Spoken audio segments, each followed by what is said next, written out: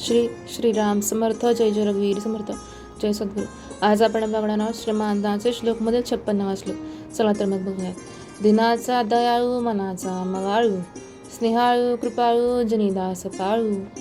तर या श्रीमनाच्या श्लोकामध्ये स्वातांनी या श्रीमनाला का उपदेश केला आहे की दिनाचा दयाळू मनाचा मवाळू. आपण कसे आहोत की आपल्या छोट्या छोट्या गोष्टींवरून राग येतो, पण समर्थ तसे आहेत का? तर नाही. समर्थांनी काय सांगितलं आहे? दिनाचा दयाळू मनाचा मवाळू.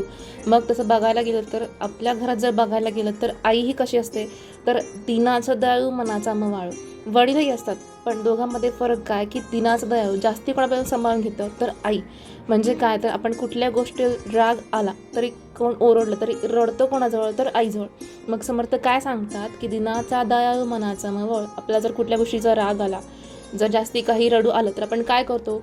समर्थ सांगतात की आपण जी उपासना करतो त्या उपासनेत आपण सगळ्या गोष्टी सांगतो, उपासनेत त्या गोष्टी आपण मांडतो. मग समर्थ काय सांगतात? ती उपासना रूपी आई कुठे पोहोचवते? तर ते आपल्या वडिलांपर्यंत. मग वडील समर्थ आहेत आपले, मग ती उपासना काय करते? तर ती आपल्या वडिलांपर्यंत सगळ्या गोष्टी पोहोचवते. मग समर्थ काय सांगतात की तो दिनाचा दयाळू मनाचा मवाळू आहे. समर्थ आपल्या कधी मारतात का? तर नाही. पण समर्थ काय करतात? द्वैतातले असे फटके देतात की आपण परत समर्थांच्या पर्यंत जातो. नंतर काय सांगितलं आहे? स्नेहाळू कृपाळू जनिदास पाळू. मग समर्थ कसे आहेत की कृपाळू आहेत. मग कृपा ही कशी आणि कधी होते? तर ज्या दिवशी आपण श्रावणाची पहिली श्री बैठक होती त्या दिवशी आपली त्या दिवशी खरं आपलं कृपा सद्गुरूंची झाली आपल्यावरती. मग समर्थ कसे आहेत? तर स्नेहाळू कृपाळू जनिदास पाळू. नंतर श्रीमनाच्या श्लोकामध्ये समर्थांनी काय सांगितलं आहे की तया अंतरी क्रोध संतापकायचा. मग समर्थांकडे कुठला क्रोध आहे का? तर नाही. आपल्याला राग येतो आणि आपल्याला राग यावा का? कारण आपण मनुष्य रूपात आहोत. पण आपण राग जरी आला तरी तो राग कुठे काढायचा? तर आपला राग हा भक्तीवरती आला पाहिजे. म्हणजे आपला राग हा कुठे आला पाहिजे?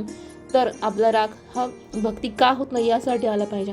नंतर काय सांगितलं आहे की तया अंतरी क्रोध संतापकायचा. मग समर्थांकडे कुठला क्रोध आहे का? तर नाही. समर्थ आपल्याला इतके वेळा सांगतात तरी त्याच आपुलकीने ते आपल्या जवळ घेतात.